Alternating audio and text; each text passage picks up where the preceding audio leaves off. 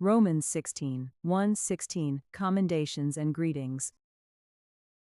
ప్రభు అయిన యేసుక్రీస్తు నామంలో మీకు అందరి వందనాలు తెలియజేస్తున్నాను. రోమా పత్రికను మనం అధ్యయనం చేసుకుంటున్నాం. 16వ అధ్యాయము మొదటి నుంచి 16వ వచనం దాకా. ఈ వచనాల ఆధారం చేసుకుని పాఠం యొక్క పేరు ప్రశంసలు మరియు వందనాలు. ఇందులో 9 ప్రధాన అంశాలు కలవు. మొదటగా పరిచయం. ఈ అధ్యాయం ఎందుకు ముఖ్యం? పైకి చూసినప్పుడు రోమీయులకు 16వ అధ్యాయం ఇలా అనిపించవచ్చు.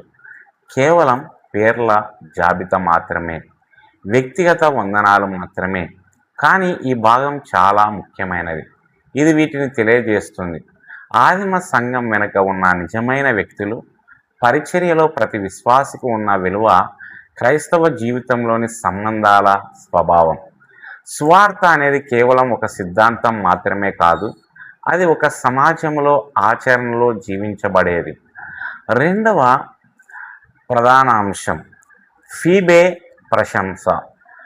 మొదటి 2 వచనాలు. మన సహోదరి అయిన ఫీబే నేను మీకు సిఫార్సు చేస్తున్నాను. మొదటి ఉపాంశం ఫీబీ ఎవరు? ఆమె ఇలా వర్ణించబడింది: ఒక సహోదరి, విశ్వాసి, సంఘానికి ఒక సేవకురాలు. రెండవ ఉపాంశం ఆమె పాత్ర. ఆమె బహుశా ఈ పత్రికను తీసుకువెళ్ళింది, సంఘములో నమ్మకంగా సేవ చేసింది. మూడవ ఉపాంశం పౌలు సూచన. విశ్వాసులకు ఇలా చెప్పబడింది: ఆమెను సాదరంగా ఆహ్వానించండి, ఆమెకు సహాయం చెయ్యండి. 4వ ఉపాంశం పాఠం.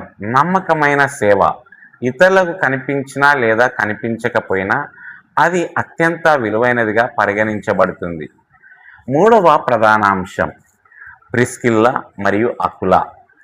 3, 4, 5 వచనాలను మనం గమనించవచ్చు.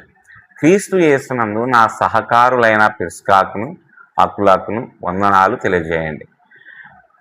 మొదటి ఉపాంశం వారి పరిచర్య. వారు పౌలుతో సహకారులుగా ఉన్నారు, పరిచర్యలో చురుకుగా పాల్గొన్నారు. రెండవ ఉపాంశం వారి త్యాగం. పౌలు ఇలా అంటున్నాడు: వారు తమ ప్రాణాలను పణంగా పెట్టారు. మూడవ ఉపాంశం వారి ఇల్లు. వారు ఆతిథ్యం ఇచ్చారు, తమ ఇంట్లోనే ఒక సంఘానికి. 4వ ఉపాంశం పాఠం. పరిచర్య అనేది నిత్య జీవిత ప్రదేశాలలోనే జరుగుతుంది. ఇల్లు ఆధ్యాత్మిక జీవితానికి కేంద్రాలుగా మారగలవు. 4వ ప్రధానాంశం వివిధ రకాల విశ్వాసుల సమూహం. 5 నుంచి 15 వచనాలు. పౌలు అనేక మంది వ్యక్తులకు వందనాలు తెలియజేస్తున్నాడు. ఈ జాబితా మనకు ఎంతో నేర్పిస్తుంది. మొదటి ఉపాంశం వివిధ రకాల ప్రజలు. ఈ జాబితాలో వీరు ఉన్నారు: పురుషులు, స్త్రీలు, వివిధ నేపథ్యాలు, వివిధ పాత్రలు. రెండవ ఉపాంశం పౌలు ఉపయోగించిన వర్ణనలు. ఆయన ఇలాంటి పదాలను ఉపయోగిస్తాడు: ప్రియమైన వారు, సహ ఉద్యోగి, అంగీకరించబడిన వారు, కష్టపడి పనిచేసిన వారు. 3వ ఉపాంశం ఇది ఏమి చూపిస్తుంది? ప్రతి విశ్వాసి ముఖ్యమైన వాడే. కేవలం నాయకులు మాత్రమే కాదు, కేవలం బోధకులు మాత్రమే కాదు, కానీ నమ్మకంగా సేవ చేసే వారందరూ. 4వ ఉపాంశం కనపడని కానీ నమ్మకమైన సేవ. ఈ ప్రజలలో చాలామంది ఈనాడు మనకు తెలియని వారు, కానీ దేవునికి తెలిసిన వారు మరియు ఆయనచే విలువైన వారు. 5వ ప్రధానాంశం ఐక్యతకు ఒక చిహ్నం. 16వ వచనం. పవిత్రమైన ముద్దుతో ఒకరినొకరు పలకరించుకోండి, క్రీస్తు సంఘాలన్నీ మీకు వందనాలు పంపుతున్నాయి. మొదటి ఉపాంశం ప్రేమ యొక్క సాంస్కృతిక వ్యక్తీకరణ. ఇది ఆప్యాయతకు చిహ్నం, ఐక్యతకు ప్రతీక. రెండవ ఉపాంశం దీని వెనుక ఉన్న సూత్రం, ప్రధాన ఉద్దేశం యథార్థమైన ప్రేమ మరియు సహవాసం. 3వ ఉపాంశం విస్తృత ఐక్యత. సంఘాలన్నీ వందనములు పంపుచున్నవి. ఇది చూపిస్తుంది సంఘాల మధ్య అనుసంధానము, ఒకే కుటుంబం అనే భావన. 6వ ప్రధానాంశం ఈ విభాగంలోని ముఖ్యాంశాలు. మొదటగా పరిచర్యలో ప్రజల ప్రాముఖ్యత.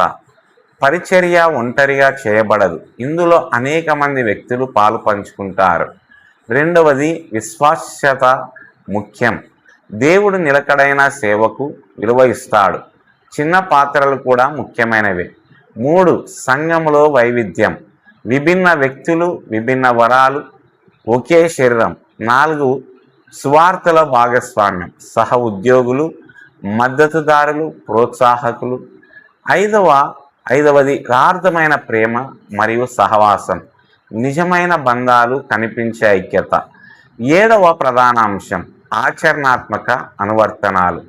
మొదటి ఉపాంశం సంఘ జీవితంలో ఇతరుల సేవను మెచ్చుకోండి, వారి సహకారాన్ని గుర్తించండి. 2వ ఉపాంశం వ్యక్తిగత జీవితంలో ప్రశ్నించుకోండి. నేను నమ్మకంగా సేవ చేస్తున్నానా? నేను ఇతరులను ప్రోత్సహిస్తున్నానా? 3వ ఉపాంశం పరిచర్యలో ఒంటరిగా కాకుండా కలిసి పనిచేయండి. ప్రతి పాత్రకు విలువనీయండి. 8వ ప్రధానాంశం సారాంశం. రోమా 16:1-16 వచనాలు. ఫీబే ప్రశంసింపబడింది. అనేక మంది విశ్వాసులకు వందనాలు తెలియజేయబడ్డాయి. నమ్మకమైన సేవ గౌరవించబడింది.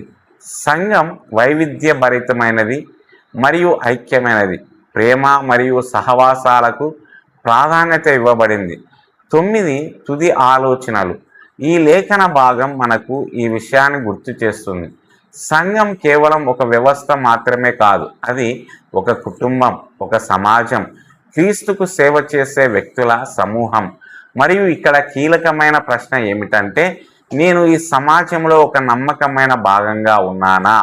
దేవుడు ఈ మాటలను దీవించి ఆశీర్వదించునుగాక. ఆమెన్.